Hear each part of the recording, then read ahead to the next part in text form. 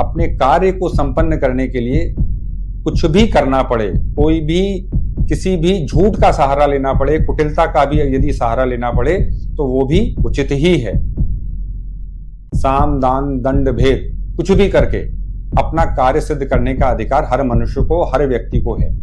द्रोण ने अर्जुन से कहा कि भविष्य में यदि ऐसी कोई भी स्थिति उत्पन्न होती है जहां पर तुमको मुझसे युद्ध करना पड़े तो तुम मुझसे बेहिचक युद्ध करोगे, इस बात को ध्यान में भी नहीं लाओगे कि मैं तुम्हारा गुरु हूं। तो जिस तरह रामायण के समय में कैकेयी को मंथरा मिल गई थी भड़काने के लिए, यहां पर धृतराष्ट्र को भी उनका एक ऐसा मंत्री मिल गया, उसका नाम था कणिक।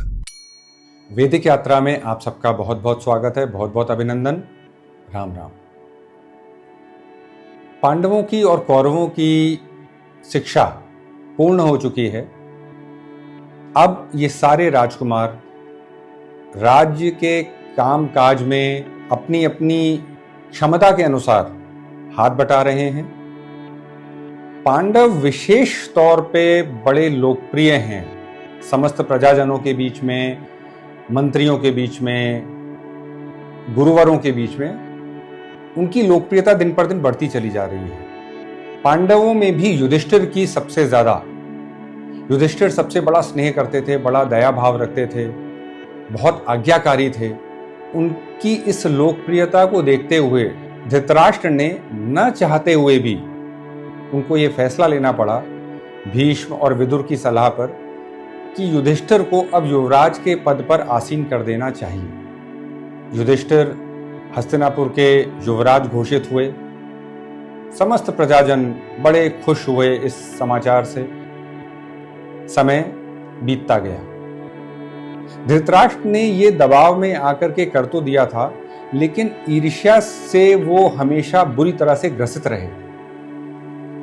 उनका मन खुश नहीं था ऐसा करने के बाद, क्योंकि चाहते तो वो ये थे कि इस पद पर उनका खुद का पुत्र दुर्योधन आसीन हो, लेकिन अब वो खुल करके ये बात सामने कह नहीं सकते थे किसी से। तो जिस तरह रामायण के समय में कैकेयी को मंथरा मिल गई थी भड़काने के लिए, यहां पर धृतराष्ट्र को भी उनका एक ऐसा मंत्री मिल गया, उसका नाम था कणिक। कणिक बहुत विद्वान जरूर था, बड़ा बुद्धिमान था, लेकिन धूर्त था, कपटी था। उसकी बुद्धि सीधी दिशा में चलती ही नहीं थी।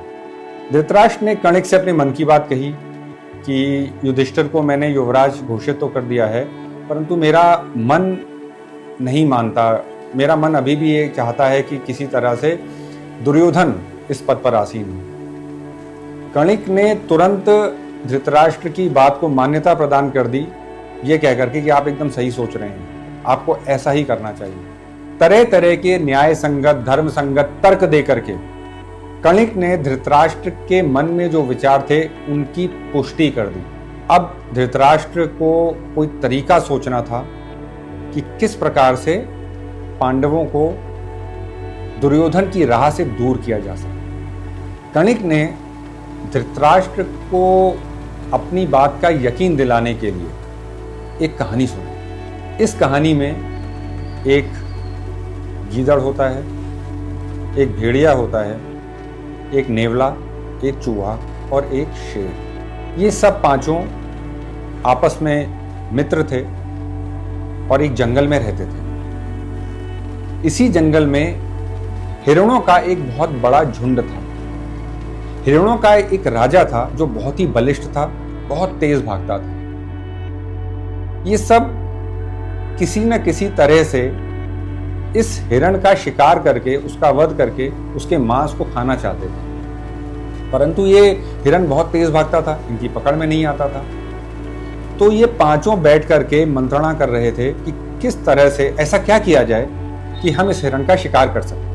गीदड़ ने अंत में एक युक्ति निकाली, एक तरीका खोज निकाला। बड़ा चालाक था, बुद्धिमान भी था, कपटी भी था, कुटिल था। उसने कहा कि हम ऐसा करते हैं कि जब ये हिरण सो रहा होगा तो किसी तरह से धीरे से चूहे को भेजेंगे और वो इस हिरण के पैरों को कुतर देगा, काट लेगा। इसके बाद जब हिरण उठेगा, क्योंकि उसके पैर में चोट होगी चूहे के काटने की वजह से, कुतरने की वजह से, तो वो बहुत तेज भाग नहीं पाएगा। इसका फायदा उठा करके शेर उसका शिकार कर देगा और वध कर देगा, और बाद में हम सब इसका मांस आराम से खा सकते। सबको इसकी बात समझ में आई। चूहे ने वैसा ही करा। हिरण जब सो रहा था धीरे से उसके पास गया, उसके पैर कुतर डाले, जख्मी हो गए उसके पैर। अगले दिन जब शेर वहां पे आया, हिरण उतनी तेजी से भाग नहीं पाया, शेर ने उसका शिकार किया, उसको मार डाला। अब ये लोग उसका मांस खाने के लिए तैयार हो गए, एक दावत उड़ाने वाले थे सब के सब। इस गीदड़ के मन में स्वार्थ की भावना पैदा हुई, कुटिल तो था ही वो। उसको लगा कि इतना उत्तम मांस मैं इन 4 लोगों के साथ अगर मिल बांट करके खाऊंगा तो मेरे हिस्से में तो जरा सा आएगा। वो उस सारे मांस को अकेले ही भक्षण कर जाना चाहता था। उसने इन अपने 4 मित्रों को बोला कि हमको थोड़ा सा ठहरना चाहिए, रुकना चाहिए, तुरंत ही खाना नहीं शुरू कर देना चाहिए। ऐसा करो, तुम चारों जाकर के पहले, पास में नदी है, उसमें अच्छे से नहा करके आओ, विश्राम करते हैं थोड़ा सा, उसके बाद हम इस मांस को खाते हैं। तब तक मैं इस मांस की रखवाली करता हूं, तुम लोग नहा के आओ। इन चारों को गीदड़ की ये बात बहुत अच्छी लगी। वो चारों नदी के पास चले गए नहाने के लिए। नहा करके सबसे पहले शेर उस स्थान पर वापस आया। गीदड़ बड़ा उदास सा बना हुआ बैठा था। शेर ने उससे उसकी उदासी का कारण पूछा। गीदड़ ने कहा कि अब आपसे क्या बताऊं महाराज, मुझसे तो कहा भी नहीं जाता। शेर ने बोला, बताओ हुआ क्या है? उसने कहा कि आप जब यहां पर नहीं थे तो चूहा मेरे पास आया था, और बड़े अहंकार में भर करके उसने बोला कि मैंने तो आज वो कर दिखाया जो इस जंगल का राजा शेर भी नहीं कर सकता था। ये सिर्फ मेरी वजह से या मेरे पराक्रम की वजह से ऐसा हो पाया है कि शेर इस मृग का शिकार कर पाया है। मैं ना होता तो शेर नहीं कर पाता। सारा श्रेय इस शिकार का चूहा खुद ले रहा था, और आपको बोल रहा था कि आप तो कमजोर हैं और वो आपसे ज्यादा शक्तिशाली है। शेर के अहंकार को बड़ी चोट पहुंची इस बात को सुनकर। उसको गीदड़ की बात समझ में आ गई। उसने कहा, एक चूहा ऐसी बात कर रहा है अगर मेरे लिए कि मैंने उसकी वजह से ये शिकार किया है और उसी की वजह से इसका मैं भक्षण कर पाऊंगा, तो मुझे ऐसा भोजन नहीं चाहिए, मैं इसका त्याग करता हूं। शेर नाराज होकर के उसी समय वहां से चला गया। बोला, मैं नहीं खाता इस मांस को, तुम ही लोग को जो करना है करो। शेर चला गया। एक गया, 3 अभी और बचे थे। इसके बाद चूहा वहां पे आया। चूहे को भी गीदड़ ने एक और कहानी सुनाई। चूहे से उसने कहा कि अभी अभी नेवला यहाँ पे आया था, बड़ा क्रोध में था। चूहे ने पूछा, क्या हो गया? उसने कहा कि नेवले का ऐसा कहना है कि तुम्हारे काटने की वजह से इस मांस के अंदर जहर भर गया है, तो इस जहर भरे मांस को हमें नहीं खाना चाहिए, तो क्या करना चाहिए? नेवले ने फिर ऐसा कहा कि मैं तो चूहे को ही खा जाता हूं, इस मांस को तो मैं नहीं खाऊंगा, इसमें तो जहर होगा।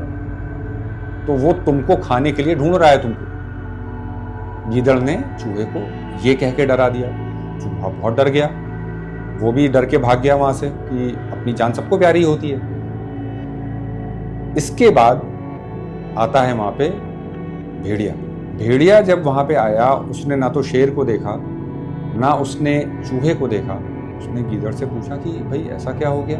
तो गीदड़ ने उसको भी एक डराने के लिए कहानी सुनाई। उसने कहा कि देखो, चूहे का तो मैं कह नहीं सकता, लेकिन शेर मुझसे ये कह के गया है कि वो अपनी शेरनी को लेकर के वापस यहाँ पर आएगा और अकेला ही सारे मांस को खाएगा। न सिर्फ उस सारे मांस को अकेला खाएगा, वो भेड़िए को भी खाएगा। ऐसा कह के गया है और अब बस आने ही वाला होगा वो अपनी शेरनी को साथ लेकर। भेड़िया भी डर गया, उसने भी गीदड़ की बात पे विश्वास कर लिया, वो भी भाग गया। अब बचा सिर्फ एक नेवला। नेवला जब वहां पर आया, गीदड़ ने उससे कहा, देखो ऐसा है, इस मांस को तो अकेले मैं ही खाऊंगा। शेर भी आया था, उसको भी मैंने ललकारा कि अगर तुम मुझे हरा सकते हो तब तो इस मांस पे तुम्हारा अधिकार बनता है, नहीं तो यहां से चले जाओ। शेर भी मुझसे डर के भाग गया, चूहा भी भाग गया, भेड़िया भी भाग गया। इनमें से कोई मुझसे युद्ध नहीं कर पाया, डर के मारे भाग गए हैं। यदि तुमको लगता है कि तुम मेरे साथ युद्ध कर सकते हो और मुझे परास्त कर सकते हो, हरा सकते हो, तो ठीक है, कोशिश करके देख लो। अगर तुम मुझे हरा सके तो ये मांस तुम्हारा, नहीं तो तुम यहां से जाओ, ये मांस मेरा। नेवले ने भी मन ही मन सोचा कि अगर शेर, भेड़िया ये सब उससे डर के भाग गए हैं तो मैं इसको कैसे हरा पाऊंगा। वो भी वहां से अपना सा मुंह लेकर के चला गया। गीदड़ अकेला रह गया और उस मांस को उसने अकेले ही खाया। कणिक ने धृतराष्ट्र को यह कहानी समझाते हुए कहा, इसका तात्पर्य यह हुआ कि अपनी बात को सिद्ध करने के लिए, अपने कार्य को संपन्न करने के लिए कुछ भी करना पड़े, कोई भी किसी भी झूठ का सहारा लेना पड़े, कुटिलता का भी यदि सहारा लेना पड़े तो वो भी उचित ही है। साम, दान, दंड, भेद कुछ भी करके अपना कार्य सिद्ध करने का अधिकार हर मनुष्य को, हर व्यक्ति को है। ये कहकर के कणिक ने धृतराष्ट्र को समझाया। धृतराष्ट्र के मन में अब ये बात बैठ गई कि कुछ ना कुछ करके, चाहे कुटिलता से ही, चाहे कुछ भी षड्यंत्र करके ही, पांडवों को तो अब अपने रास्ते से हटाना ही हटाना है। कणिक और धृतराष्ट्र की ये जो मंत्रणा हुई, ये तो एक जगह पे हुई। इसके अलावा एक दूसरी कहानी एक और चल रही थी, द्रोणाचार्य और अर्जुन के बीच में। द्रोणाचार्य ने एक बार अर्जुन को अलग से बुलाया अपने पास। अर्जुन उनके प्रिय शिष्य थे। उनको पता था कि अर्जुन जैसा पराक्रमी दूसरा कोई नहीं है। विशेष लगाव था उनको। बाकी सारे शिष्यों को तो उन्होंने अपनी सारी विद्याएं सिखा ही दी थी, लेकिन अर्जुन के लिए उन्होंने एक विद्या बचा करके रखी हुई। द्रोणाचार्य ने बताया अर्जुन को अपने पूर्व काल के बारे में एक प्रसंग, जब वो मिले थे अंगिरस ऋषि से। बहुत ही शक्तिशाली पराक्रमी थे अंगिरस, और अंगिरस ने द्रोण को एक विशेष विद्या, अस्त्र विद्या का ज्ञान दिया था। उसका नाम था ब्रह्मशिर। ब्रह्मशिर से ज्यादा खतरनाक दूसरा कोई अस्त्र था ही नहीं। द्रोण ने कहा कि मैं तुमको इस विद्या का ज्ञान देना चाहता हूं, क्योंकि मुझे पता है कि तुम हर तरह से इसके लिए सक्षम हो। तुम पूरी जिम्मेदारी से इस विद्या को ग्रहण करोगे और इसका इस्तेमाल तभी करोगे जब ये एकदम अवश्यंभावी हो जाएगा। तुम ऐसे ही इसका इस्तेमाल नहीं करोगे, मुझे पूरा विश्वास है। अर्जुन ने द्रोणाचार्य को धन्यवाद दिया, उनके शरण पकड़ लिए, उनको नमस्कार करा, प्रणाम करा और उस विद्या को ग्रहण करा। इस विद्या को देने के बाद द्रोणाचार्य ने अर्जुन से इसके लिए गुरु दक्षिणा अलग से मांगी। ये गुरु दक्षिणा वो पहले मांग चुके थे, जहां पर इन सारे शिष्यों को, द्रुपद को बंदी बनाना था। ये दूसरी गुरु दक्षिणा सिर्फ अकेले अर्जुन से उन्होंने मांगी। अर्जुन ने कहा जो आप मांगे।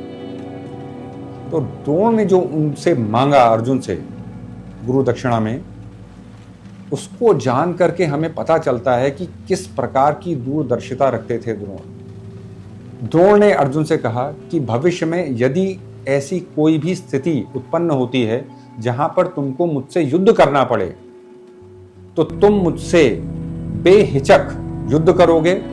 इस बात को ध्यान में भी नहीं लाओगे कि मैं तुम्हारा गुरु हूं। पूरी ईमानदारी से तुम मुझसे युद्ध करोगे। अर्जुन को समझ में नहीं आया कि द्रोणाचार्य ऐसी बात क्यों मांग रहे हैं, परंतु गुरु दक्षिणा थी, उसको देनी ही थी। उसने हाथ जोड़ करके अपने गुरु की आज्ञा को स्वीकार करा। आगे जाकर के हमने देखा कि वो स्थिति आती है महाभारत का जब युद्ध शुरू होता है। द्रोणाचार्य और अर्जुन आमने सामने होते हैं और अर्जुन को द्रोणाचार्य के साथ भीषण युद्ध करना पड़ता है। गजब की दूरदर्शिता रखते थे सब लोग उस समय में।